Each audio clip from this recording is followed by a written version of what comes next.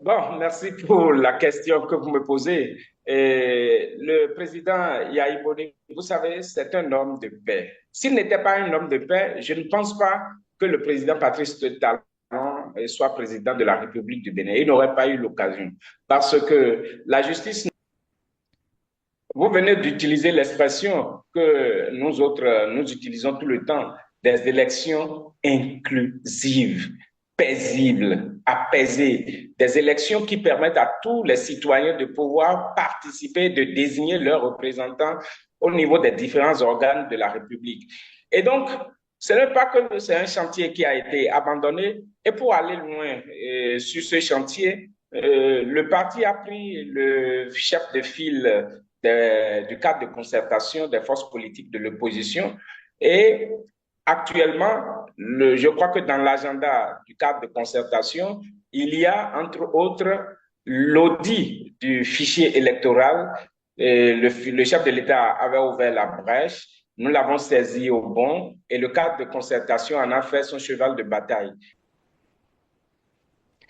Je vais juste vous donner le cas emblématique de la commune de Waké, où le maire, dans une réponse très laconique, notifie au député Nourenou Achade que la manifestation est interdite. Ce n'est ni motivé ni justifié. Il n'y a rien d'autre que de dire dans la correspondance que c'est interdit. Curieusement, au cours de la semaine qui s'achève, nous avons observé que le patriarche Karim Da Silva de Porto Novo a sollicité les lieux publics à Porto Novo pour tenir une séance de travail politique pour encenser le pouvoir parce qu'il dit que c'est pour soutenir l'action publique du président Patrice Talon. La correspondance a été introduite à la mairie vendredi pour être autorisé samedi et vendredi soir, tous les services ont paraphé le document avec pour finalité accorder l'autorisation au patriarche de pouvoir tenir sa rencontre. Donc, au moment où on empêche les activités, les mobilisations pour les partis de l'opposition et en particulier pour LD, le parti Les Démocrates, on autorise les autres qui veulent encourager le pouvoir à pouvoir tenir leur séance. Il y a une sorte de deux poids, deux mesures, et c'est ça aussi qui est insupportable. Bonjour et bienvenue à votre émission Dimanche, on se dit tout. Depuis quelques semaines, les militants et responsables du parti d'opposition Les Démocrates dénoncent des entraves à leur droit de se réunir librement. En cause, des interdictions de réunion ou de manifestations délivrées par la mairie ou la préfecture. Pour mieux comprendre ce qui se passe réellement sur le terrain, nous avons invité pour vous un cadre du parti Les Démocrates, M. Jean-Claude Kouagou, qui est aussi membre de la cellule de communication de ce parti. Nous allons profiter de sa présence sur notre plateau pour aborder quelques sujets chauds d'actualité, comme le débat autour d'un éventuel troisième mandat de Patrice Talon ou encore la sortie de Maître Adrien Ngwedi. Bonjour Monsieur Kouagou et merci d'avoir accepté notre invitation. Bonjour, Monsieur Jossou. C'est nous plutôt qui vous remercions pour l'opportunité que vous nous donnez de nous exprimer sur des sujets d'actualité en ce moment au pays. Merci beaucoup pour votre disponibilité et merci aussi à tous nos amis internautes qui nous suivent aux quatre coins du monde. Merci de partager largement cette vidéo pour atteindre le plus grand nombre. Je le disais en introduction, les militants du parti Les Démocrates ont de plus en plus du mal à s'organiser ou à se réunir sur le terrain. Monsieur Kouagou, qu'est-ce qui se passe réellement sur le terrain? Bien, merci. Je crois que je vais d'abord rectifier quelque chose dans votre langage. C'est pas que nous ne sommes pas capables d'organiser nos rencontres, mais plutôt que l'administration nous empêche de tenir nos réunions publiques, nos meetings sur des places publiques Et c'est ce à quoi nous assistons depuis un certain moment et c'est devenu récurrent dans le pays. Je peux me rappeler qu'Andali, il y a quelques mois, nous avons voulu, à travers nos militants, tenir un meeting Andali et puis ça a été purement et simplement empêché. Il y a en début de cette année déjà, le 25 janvier dernier, dans une localité qui s'appelle Adjago, au parti, qui s'appelle Dave Asuka, qui a bien voulu organiser une cérémonie de présentation de vœux à l'intention de son leader, le ministre Valentin Dianotin, et de bien d'autres leaders est simplement empêché. Je vais citer encore d'autres exemples. Dimanche 9 février dernier, il y a les députés élus dans la 6e circonscription électorale, c'est-à-dire dans les communes, regroupant les communes de Soava, d'Abomey-Calavi et de Zé, qui ont voulu organiser une activité de réédition de comptes.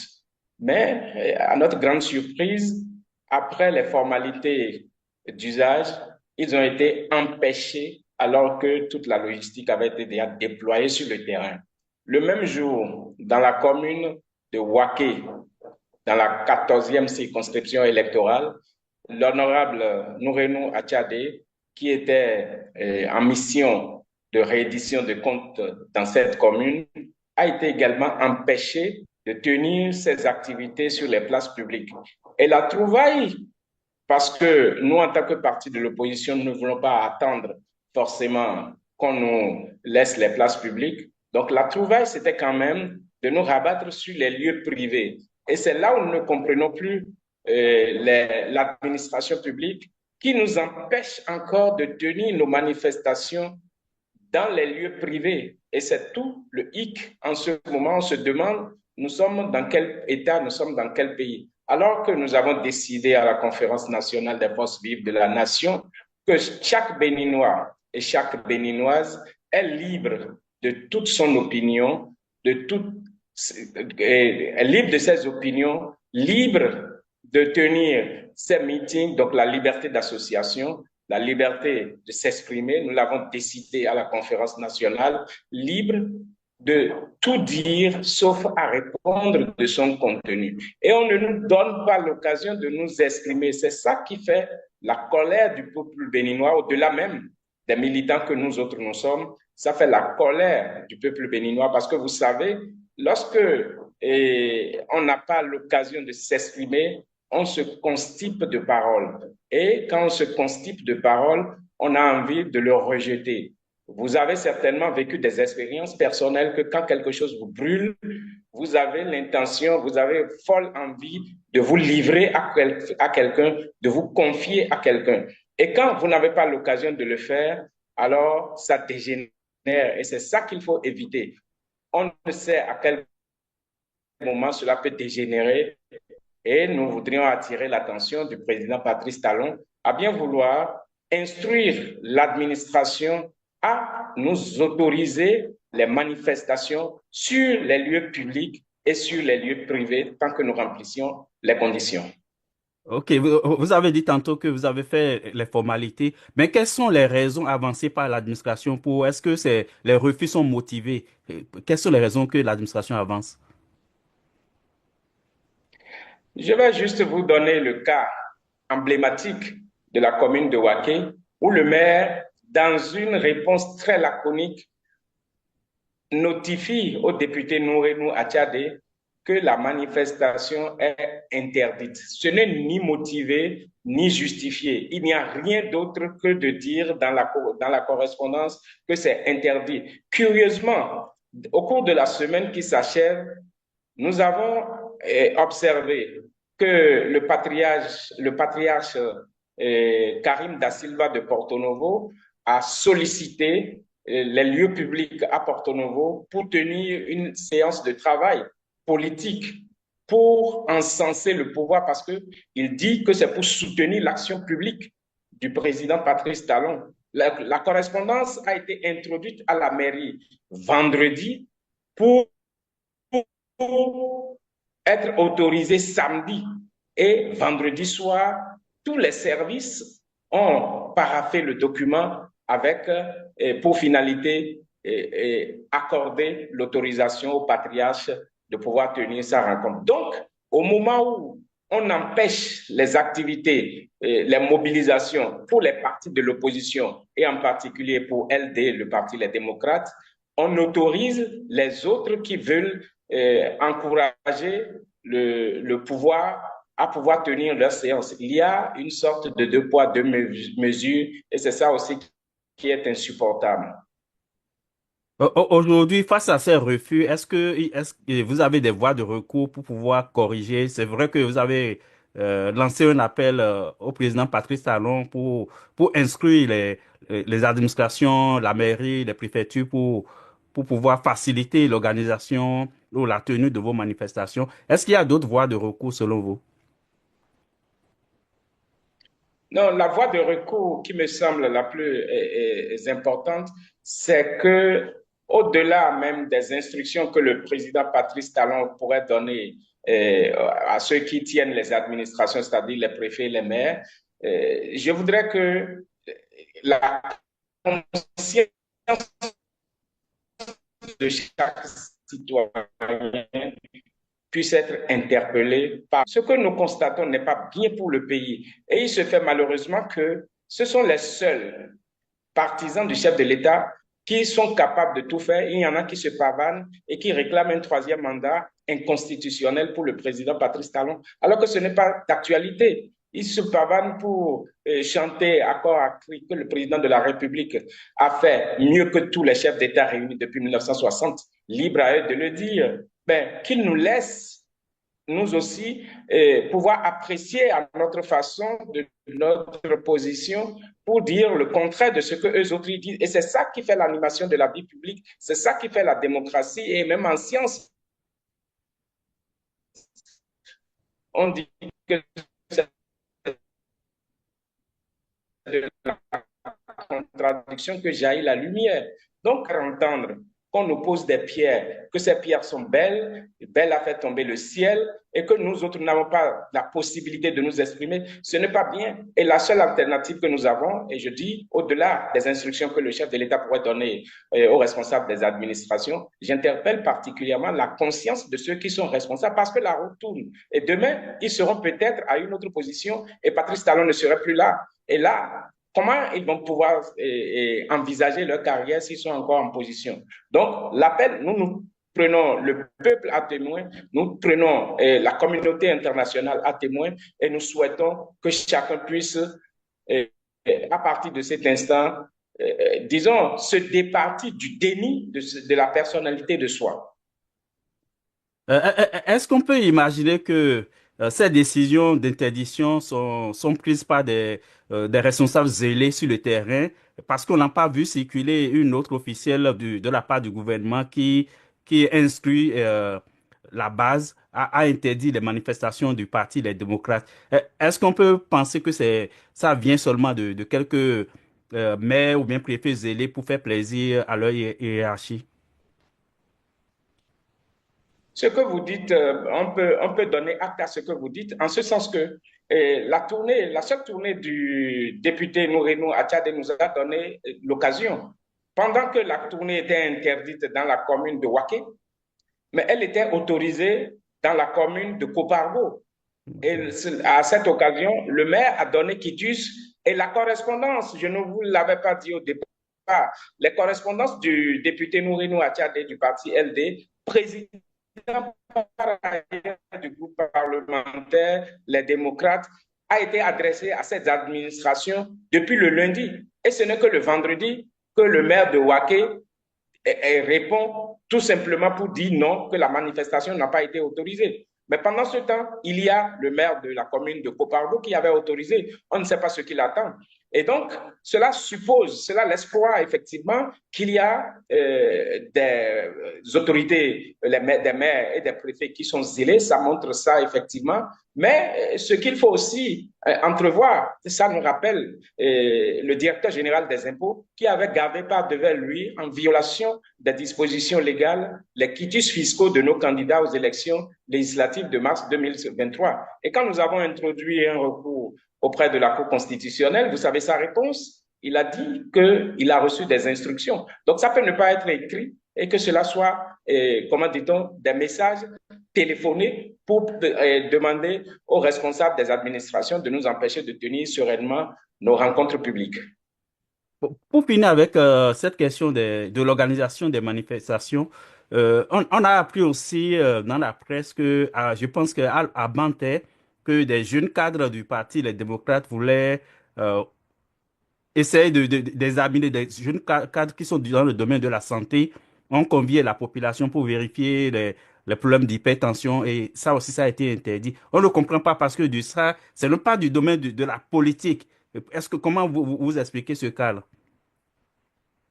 Non, au-delà même de Banté, il y a eu aussi la commune d'Agbanizou. Et vous savez, toutes les stratégies sont bonnes pour la conquête du pouvoir. Donc, parce qu'aujourd'hui, ce qui se passe dans le pays, je vous assure, hein, il y a beaucoup de pierres qui sont posées dans le cadre de la réalisation des infrastructures. Mais cependant, le peuple a faim. Et puisque le peuple a faim, le peuple se révolte contre la gouvernance du président Patrice Talon. Et c'est ça qui fait que le parti LD attire tellement de sympathisants et de militants que chacun voudrait apporter sa contribution pour l'alternance en 2026. Et dans ce cadre, vous avez des citoyens qui sont des professionnels de maints secteurs d'activité qui s'organisent au plan professionnel, mais pour apporter leur contribution à notre du parti. Ce n'était pas une activité politique, mais il reste que ce sont des sympathisants du parti qui ont organisé des activités, je dirais, citoyennes, des activités qui relèvent du champ de la santé pour dire aux gens, sortez pour vérifier votre tension, est-ce qu'elle est hyper, est-ce qu'elle est hypo, si tel était, quel que soit le résultat, voici la conduite que vous devez avoir pour toujours être en bonne santé vis-à-vis de ces paramètres-là. Mais on organise et puis les gens viennent tout simplement interdire. Vous me demandez de vous rappeler une situation que nous sommes en train de gérer en ce moment sur le territoire de Parakou, dans un village qui s'appelle Tokobio. Là aussi, ce n'est pas une activité politique, ce sont des sympathisants, moi je peux vous le dire ainsi, du parti qui ont organisé des activités culturelles et qui ont demandé le parrainage d'un des députés élus dans la 8e circonscription électorale. Pour ne pas le nommer, c'était le député Worukubu Habib. La manifestation a lieu, c'est une manifestation culturelle. Et quand le député arrive, il est politique, c'est vrai, mais il prend la parole et à l'entame, il met déjà les garde-fous. Il dit, je ne suis pas venu ici pour parler politique, je suis venu ici pour parler culture. Mais les démarches administratives aussi avaient été faites à l'endroit du délégué et des autres que les organisateurs pouvaient voir. Et à la fin, la manifestation a été autorisée parce qu'elle n'était pas politique, mais du fait tout simplement de la visite du député sur les lieux, qui n'a pas parlé politique, je vous le dis, quand il s'est retourné, l'administration s'est retrouvée aux trousses de nos sympathisants qui ont invité le député à prendre parole au cours de les manifestations alors qu'il était venu rehausser l'activité. Ça, c'est injuste et ce n'est pas bien. Merci beaucoup pour ces explications. On espère bien que les autorités à divers niveaux vont prendre les mesures pour que euh, ces situations ne dégénèrent pas parce que ça peut conduire à des frustrations un peu partout dans le pays et c'est pas ça que nous Oui, souhaitons. nous avons toujours été prévoyants au niveau du parti Les Démocrates. Depuis la création du parti en 2020, nous avons toujours plaidé pour la paix. Et la paix est notre leitmotiv. Tout ce que nous disons, mettons au devant de tout la paix. Si les actes que nous proposons ne concourent pas à la paix, il vaut mieux ne pas avancer, il faut reculer. le code électoral, nous avons dit qu'il est chrysogène parce qu'il faut permettre à tous les gens, à tous les partis légalement constitués de pouvoir prendre part aux élections libres. Et quand ils ne seront pas capables, puisque vous avez mis dans les dispositions du code électoral qu'un parti qui échoue 2 fois à des élections consécutives, notamment législatives, que ce parti peut être rayé de la carte des partis qui sont encore légaux. Mais ça fait déjà une disposition qui permet d'apurer le champ politique des partis politiques à des moments donnés. Mais pourquoi on est obligé de mettre dans le code électoral qu'il faut une barrière de 20%, alors qu'on a déjà mis une barrière de 10% infranchissable pour beaucoup de partis?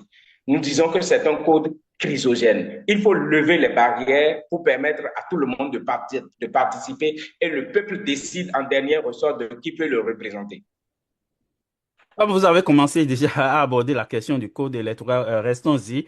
Euh, on sait qu'il y avait un débat après les réformes autour des 20%, mais ce débat, on a l'impression ces dernières semaines que ce débat est passé en arrière-plan. Est-ce que euh, le Parti des démocrates a abandonné ce combat de correction du code électoral pour que les élections prochaines soient les plus inclusives que possible?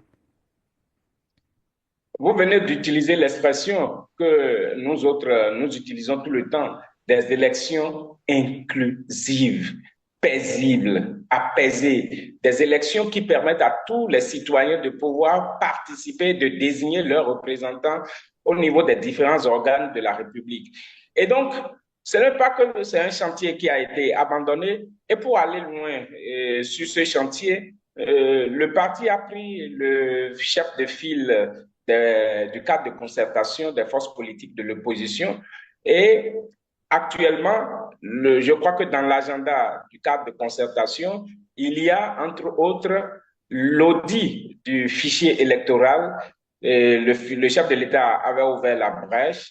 Nous l'avons saisi au bon et le cadre de concertation en a fait son cheval de bataille, à telle enseigne que les premières activités du cadre de concertation des forces politiques de l'opposition ont consisté à mener toutes les actions nécessaires pour pouvoir faire le plaidoyer qu'il faut afin que l'audit du fichier électoral soit une réalité. Et de ce point de vue, toutes les démarches ont été faites d'abord du point de vue de la participation des autres forces politiques, c'est-à-dire les partis politiques de l'opposition et de la mouvance, ceux de la mouvance, mais les autres partis de l'opposition nous ont accompagnés, ils sont d'accord. Nous avons contacté aussi, disons, les autres corps constitués de la nation, les syndicats, la société civile, notamment celle qui s'occupe de la gouvernance électorale, notamment le FONAC, par exemple. Donc, il y a un certain nombre d'acteurs que le cadre de concertation a consulté et beaucoup ont marqué leur accord à telle enseigne que aujourd'hui le cadre de concertation a fini tout le travail, disons, intellectuel et politique, puis a sollicité les compétences qu'il faut pour lancer un appel et recruter, c'est pas, un cabinet international d'audit du fichier électoral. Tout le compte rendu a été fait par celui que le chef de l'État a désigné pour être l'interlocuteur à la personne du ministre en charge de la justice, donc le garde des Sceaux. Et le compte rendu lui a été fait.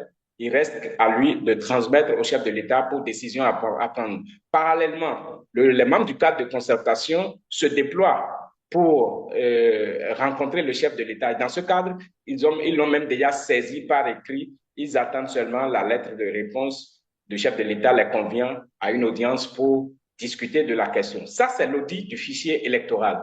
Mais pour le code électoral lui-même, nous sommes tout à fait d'accord qu'il faut le revoir. Notre position n'a pas changé, mais il reste que le cadre de concertation, dans sa démarche méthodologique, continue de consulter ce qu'il faut consulter pour que le résultat soit fructueux. Dans tous les cas, nous devons nous mettre aussi à l'esprit qu'à partir d'un certain délai, ça ne serait plus possible puisque, je crois, 6 mois avant les élections, il n'est plus possible de toucher les lois électorales.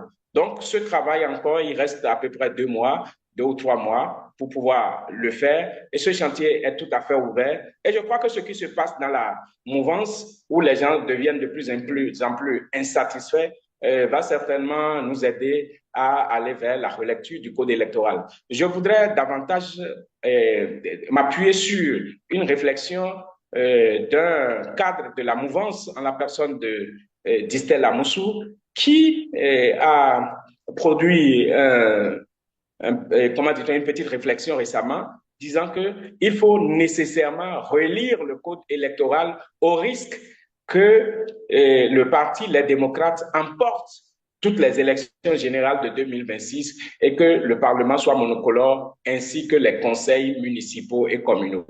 Donc, si notre préoccupation qui était de relire le code électoral de manière consensuelle à lever les obstacles et permettre à tous les partis régulièrement constitués de prendre part aux élections était là à ne pas être écoutés, de plus en plus, ceux de la mouvance aussi réalisent comment dit-on, l'impertinence de ne pas pouvoir aller à la relecture de ce code électoral. Et je crois que le point de vue de Distel Amoussou doit être certainement le point de vue d'une certaine chapelle politique qu'il faut prendre en considération. Vous l'avez dit aussi tantôt, moi je voulais revenir sur ça. Euh, on a les dispositions communautaires de la CEDEAO qui interdisent toute modification de loi électorale à moins de 6 mois des élections. Actuellement, nous sommes à moins d'un an du dépôt des candidatures pour le poste de président de la République. Je pense que c'est en octobre 2025. Est-ce que nous n'allons pas de façon dangereuse sur la ligne rouge, le fait que le consensus n'est pas trouvé jusqu'à présent pour pouvoir réélire ce code électoral? Oui, c'est pourquoi je disais que il est à partir du moment où des cadres de la mouvance commencent par émettre des inquiétudes, je crois que les choses devraient pouvoir s'accélérer. Je vous ai dit que c'est un chantier pour le compte du Parti Les Démocrates, c'est un chantier qui est confié au cadre de concertation. Et le cadre de concertation en a fait aussi son deuxième cheval de bataille derrière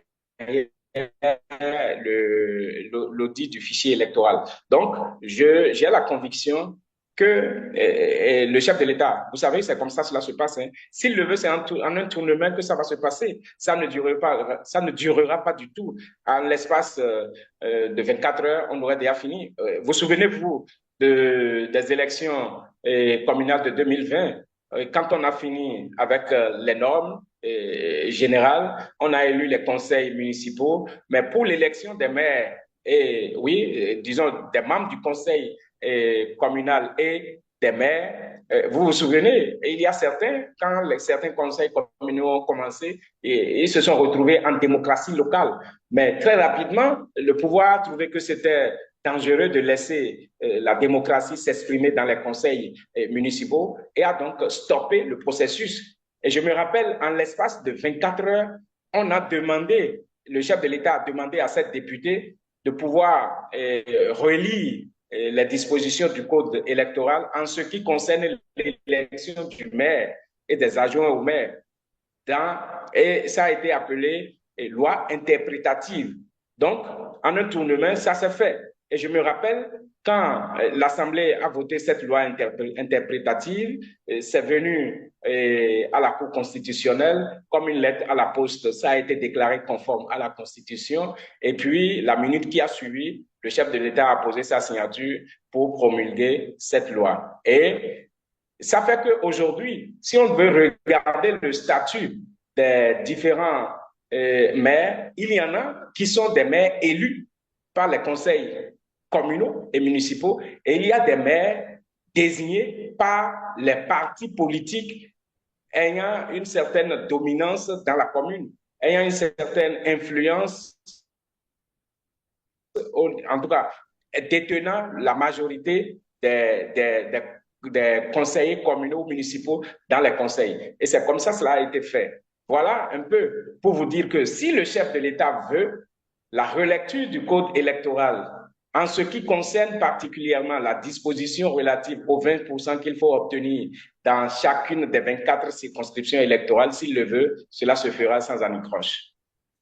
Merci beaucoup. Au cours des derniers jours aussi, on a vu le président du parti, les démocrates, euh, le président Yahi Boni, qui a initié un certain nombre de rencontres. On l'a vu avec Maître Adrien Houmbedi, on l'a vu aussi avec le professeur Olo, Maître Robert Dossou aussi, le président Bruno Amoussou.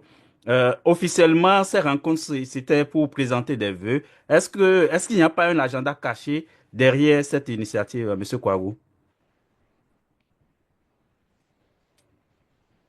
Bon, merci pour la question que vous me posez. Et le président Yahi Boni, vous savez, c'est un homme de paix. S'il n'était pas un homme de paix, je ne pense pas que le président Patrice Talon soit président de la République du Bénin. Il n'aurait pas eu l'occasion. Parce que la justice ne peut pas avoir déclaré quelqu'un. Et